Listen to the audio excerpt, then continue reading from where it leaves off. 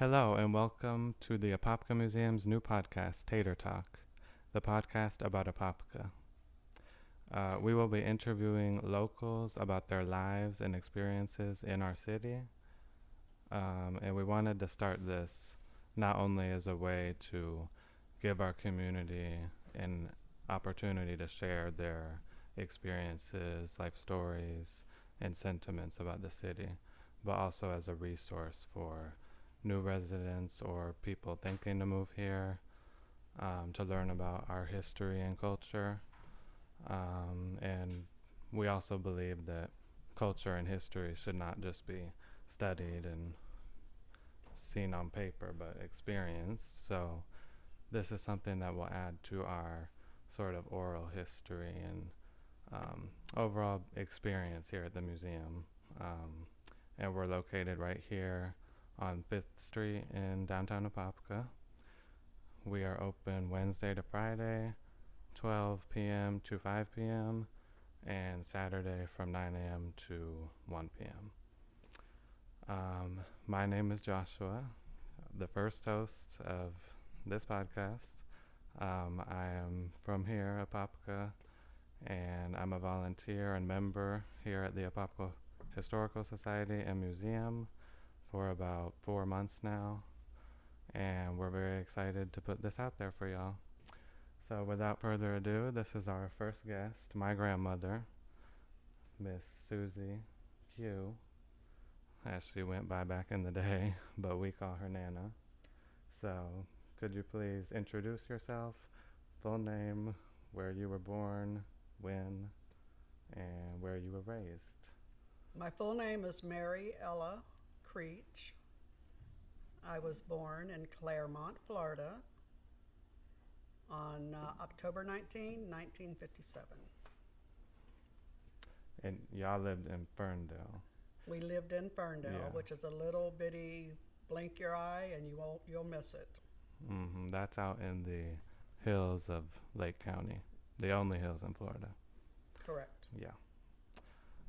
So can you first tell us about your parents, who they were, how did they end up in Apopka, and where they were from? My father was born in Metter, Georgia, and he met my mother in Claremont, I believe. She was born in Miami. My father's name is Henry Cecil Creech. My mother's name is Mary Elizabeth Bird. And I believe they married in 1946. And they had 11 children. I'm number 10. And your dad also had. And my father also 10 had siblings. I had a step brother and a stepsister, Marvin Creech and Right. Alice Creech. Yeah, so big families Big family. back then. And what parenting style would you say that they had? My mother was a renowned Christian her whole life. My father was very strict, sometimes a little too strict, but he So instilled respect in us. We had respect for adults. Yeah. So you were born in Ferndale, and then at what age did y'all move to Apopka? I was 3 years old when we moved to Apopka on Apopka Boulevard, right in front of Lake Pleasant. And that was the which Orange Citrus Association? Conley Orange Groves. Right.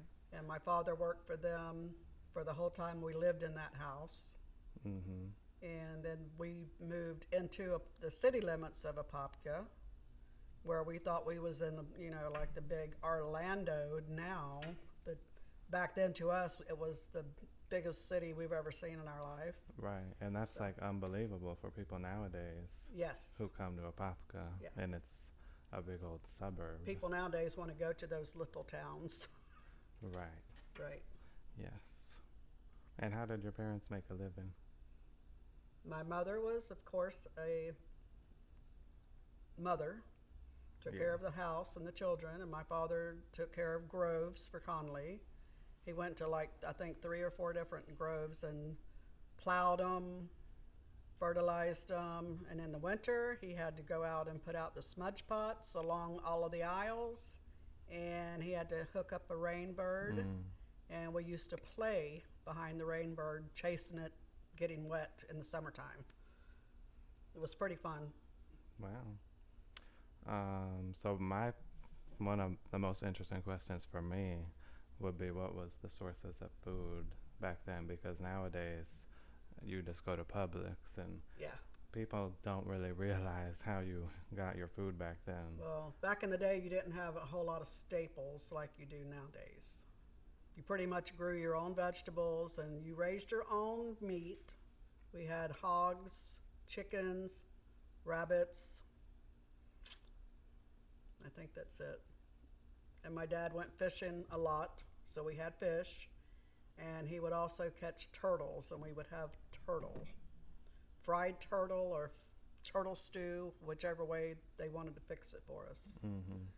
And on Saturdays, we usually had goulash, which was like a steak to us.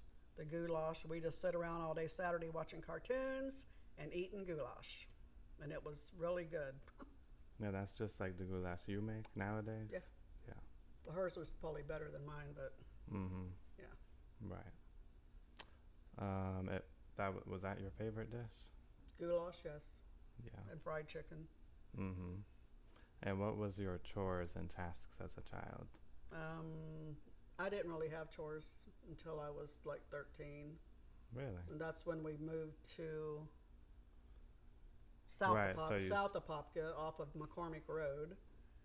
And my mom held 2 jobs to raise us because her and my father were split up at that time.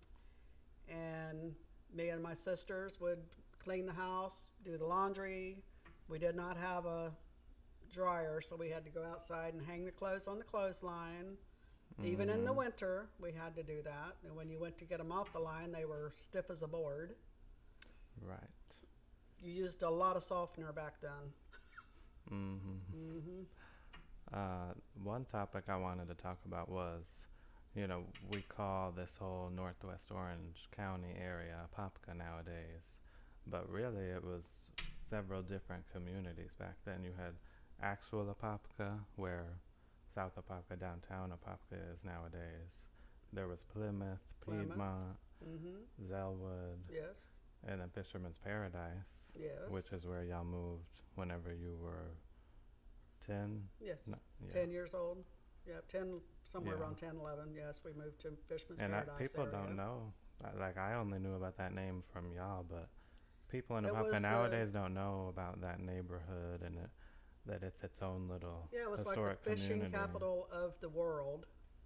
Right, like Apopka. In the United States, I would say. I don't know if it might have been the world, but it was like the best place to catch bass back then. They had tournaments all the time before the lake was polluted with chemicals or whatever happened to it. So now they're trying to clean it up, which it's working, but it's going to be many years. Yeah. Many. So going back to the Orange Grove house on Apopka Boulevard, how did y'all have fun as kids? We played in the woods. We played in the orange groves. We had a railroad track behind the house where the garden was at, and we would wait for the train to come by, and sometimes the man would throw candy out because we were always out there playing, whatever. And sometimes we dug holes under the tracks, and we would hide in the hole while the train went over us, which was not very safe, but we did it, and we survived. Right. But other than that, we just played in the yard and played house a lot. And there was that lake. And we had Lake Pleasant that we went out to and swam in and got in trouble in a few times. Wasn't supposed to go out there until parents were with us, but we did it anyway. Right. Because there was a big gator. There was a big gator in that lake, yes. But we never encountered him, thank God. But that was pretty much our childhood because we lived so far out, we didn't have many friends until we went to school. until we moved into Apopka city limits. Then we had our friends. Right. So then it was a very isolated childhood. Yes. And you weren't exposed to much. But it was a good one. Yeah. You know, you were very close with your siblings, and it was very nice. And what about whenever y'all misbehaved? When you misbehaved, your father would make you go out, pick a switch, which I don't know if anybody knows about a switch, but you go out to a tree and you pick a limb off of it and strip all the leaves off of it, and you bring it back to him. And we always got the littlest one because we thought if it was little and skinny that it wasn't going to hurt as big as that big fat limb. But we were wrong. That little skinny one really hurt. Dang. And he would switch us. And then we were good for a long, long time after that. Mm-hmm. Yeah. And was he rougher on the boys? He was real rough on the boys. Yes. So you and JoJo were the youngest. Me and JoJo got the leftovers? Yeah, no, well, we really didn't get too much. Okay. Too much of it. Uh-huh. Not unless we, did something on our own and we got in trouble. Yeah, then you got it. But yeah, the boys got it more. Yeah. Yep. Now, were you raised religious? Yes. At all? My mother was a right. full-fledged Christian, and she made sure we went to church every Sunday and every Wednesday night. And my father would not bring us, so she lined us up, and we would walk 2 miles to get to the church. And that was the church going towards That's the town. church off of Apopka Boulevard. It was Southside Baptist Church. Mm-hmm. And I believe Brother Sellers was the preacher's name, I'm pretty sure. And you also did attend tent revivals? We went to tent revivals, which First of all, we need to explain to some people what that is. Well, a tent revival is when people come from out of state sometimes, and they'll set up big tents, and churches would gather there, whoever would want to come to the revival. I think it was different people, and had a revival, and it was mainly Holy Ghost, which when you're a child, it scares you to death. So I didn't like going to revivals. So what did a typical service look like? A typical service? Yeah. Well, the preacher would, of course, preach a little bit. And then people would go up in front of the preacher and stand by the little steps there. Mm-hmm. And they would hold their hands up in the air and start talking in tongues. And we were sitting in the chairs back there, the benches, and we're thinking, we don't know what they're doing. It was very scary, very scary. Right. But it is what it is. And what school did you go to? I went to Lovell, Dream Lake, and I forget the city hall. She told me the name. The city hall church or school. I think Just Apopka. Yeah, it was Apopka. That's where I went to kindergarten. And then I went to Lovell, and then I went to Dream Lake. And actually, I remembered this. When I was in Dream Lake school, they would walk us, the classroom, they would walk us down to Dream Lake Park, which is the lake, and they taught us how to swim in that lake during our school day. I remember so that was cool. That was pretty cool. Yeah. Uh-huh. But you can't swim in that lake now. They say don't swim in it, so. But yeah, that was pretty And to what age did you go to school? I went to school till 10th grade. When I turned 16, I thought I was an adult and quit school. Mm. Did a lot of girls your age quit school? No. No. In my group of people, just me and my friend Barbara Jean. And I think my sister, I don't remember if JoJo quit too. Mm-hmm. But that's pretty much it. We just didn't want to go to school anymore, so we didn't, and it was a poor choice. Yeah, very poor choice. Yeah. And life would have been a lot different if we hadn't have. Did your brothers drop out?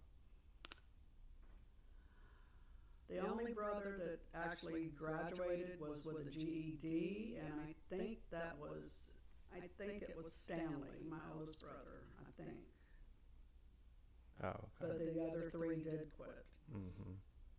So pretty much the culture of Apopka during the 60s was, you had your garden, that's where you got your food from, and That's where we got our vegetables. almost everybody was agriculturally Yes. involved Yes. with occupations. You grew your vegetables, and you pretty much, if you lived out in the boondocks where we lived, you had your animals that you raised and slaughtered them, and that's pretty much it for that. Okay. My favorite stories are the ones of y'all getting hurt as children with all the tools and trucks and what the home remedies was for that. One time, me and JoJo was riding on this big wood trailer. Which is her sister. My youngest sister. And it didn't have sides, it was just a flatbed trailer. And he would pull it with his tractor. And we were going down the grove, and it hit a bump or something, and I bounced off the trailer, and the trailer run me over across my pelvic area. So my mom rushed me to the doctor, and he's like mushing on me and said, "There's nothing broken there," but yeah, that was pretty scary. And that wasn't the first time y'all got ran over. No, Donna. My sister Donna, when she was a small child, my mom backed over her with our pickup truck, my dad's pickup truck. But thank God we lived in some soft sand, it was like sugar sand. So when she backed over her, it didn't hurt her. But I guess it did hurt her because she was deaf in one ear from that, so. Yeah, but other than that, we did some pretty crazy things, like getting on the roof from the upstairs windows. We would crawl out on this roof and jump down to the dirt. Yeah, these kids nowadays have a lot of safety compared to back then. Kids nowadays wouldn't live like we were raised. Right. I don't think they would be able to handle it. Mm-hmm. Now, what would y'all go into town for back in the day, Apopka? I don't think we really went into town too often. We came into town to get ice, chunks of ice for our ice box. Mm-hmm. And I think we did that maybe twice a week to get the big old block of ice. And you did live in town for? We lived in town for I'd say about a year. Yeah, we lived behind the old 5 and Dime store. And there was a grocery store next door. I don't remember if that was a Winn-Dixie or whatever it was. Yeah. But we lived there for a little while. Then we moved to McCormick Road. My mom bought a house for like $4,500, a 3-bedroom house, and was raised in it. And how much was that house? I think she paid $4,500 for it. It was a Jim Walters home. Pretty good deal. That was a very good deal. Yeah. Yep. Actually, my brother Jimmy paid for it. He was in the Vietnam War, and he sent her money for it. Oh, okay. So, yeah. So what about Hurricane Donna? Because people nowadays, with the hurricanes, they kind of some people act like the world is ending when it's really not. Well, because back then when you're a small kid and you hear that Hurricane Donna's coming through, I forget how fast she was going, but it was a pretty major hurricane. And my dad boarded all the windows up in that big old house, and we were all bundled up in there, scared to death. Got up the next day and went outside, and it looked like nothing had happened. Nothing was torn up on the house or anything. Mm-hmm. How would you say the preparation for the hurricane compares to nowadays, where people... Well, back then you had to, get your plywood, and you had to board up every window in your house. Nowadays, they have hurricane glass that can withstand 150 mile an hour wind. Right. Back then, it was just the thin little piece of glass. Mm-hmm. You throw a rock at it and it goes through it. Yeah. So. And also AC. People take that for granted in Florida nowadays. And we had no air conditioning at all. It was pretty miserable. We usually had fans in the windows to blow air in, which was usually warm air, hot air. But it felt good blowing on you. Yep. And we didn't have a restroom in our house. We had an outhouse. We had a metal tub. We took our baths in. Our sisters gave us baths out in that little tub. And we had a wringer washer, which I don't know if anybody knows about a wringer washer, but it could be dangerous when you use the wringer because you can get your arm caught up in there, and it just keeps going until you can't go no further. But yeah, my sister Debbie got her arm stuck in it. So, and let me see. Oh, and we pumped our water mainly. Outside there was a pump with a wheel on it and a belt. And one day I was out there playing with it, pumping it really fast, getting that wheel going really, really fast, and chopped the end of my finger off. So I'm running in the house bleeding, and I probably got a whooping for that. I don't remember, but I'm pretty sure my mama probably swatted me. So one of my other favorite stories is about how your mama made clothes for y'all. Oh, yeah. So tell them about that as well, some of the ingenuity. Back in the day, they would sell 50-pound bags of flour, and I think it was Croker sack they put it in or something, and they started putting it in cotton bags, and then women started making clothes for their children out of that material, so they started putting prints on it, flowers or squares or whatever, stripes, and that's what a lot of moms made their little girls' dresses and stuff out of. My mom did our clothes like that, and they were really nice. Now, another thing people in Apopka who have moved here recently don't realize is how much green space there used to be. You know, from Rock Springs to Lake Apopka and all around, all of these new subdivisions were once green space. Yes. So, back then, could you have ever imagined how it would become nowadays? Nope, and I don't even believe what's happening today. Right. Claremont, you could drive for miles and not see nothing but orange groves. And now when you drive it, all you see is stores, car lots, subdivisions. They're taking all of the green. Green is gone. Yeah. Whatever they can take, they take it. And it's very sad. When was the first time that you realized change was coming? When I realized it? Yeah. Probably when I was in my 30s. Because I really didn't pay attention to it at that time. Raising kids, you just raised your kids and worked. But then when you travel or went to go visit somebody like, say, in Claremont or Groveland, and you've seen all this stuff popping up, and you're like, wow, they're fixing to just take it all. They're taking all the land. Yep. And I did want to tell you, so we have, at the museum, we're planning to have like a genealogical outreach with Ancestry.com, where you can come in, have free access to the unlimited archives of Ancestry.com. You're probably going to find out things you never could have imagined.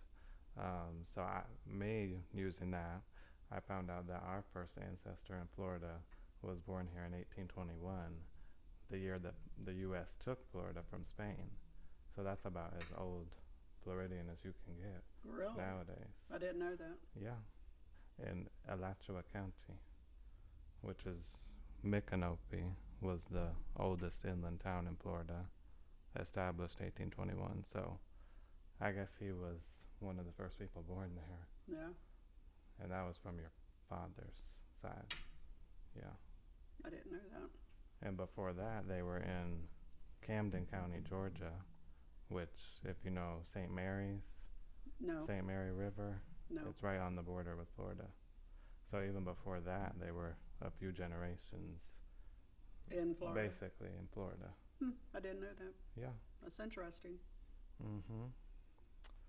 So I guess our time is coming to a close now, but my last question would be, what you hope to see in the future of Apopka as far as preservation. That they leave some land for the animals. That's what I hope for. And Yeah. people. Mm-hmm. Like the Because we got more Lake Apopka alligator run wildlife drive is pretty much never going to change, which is great.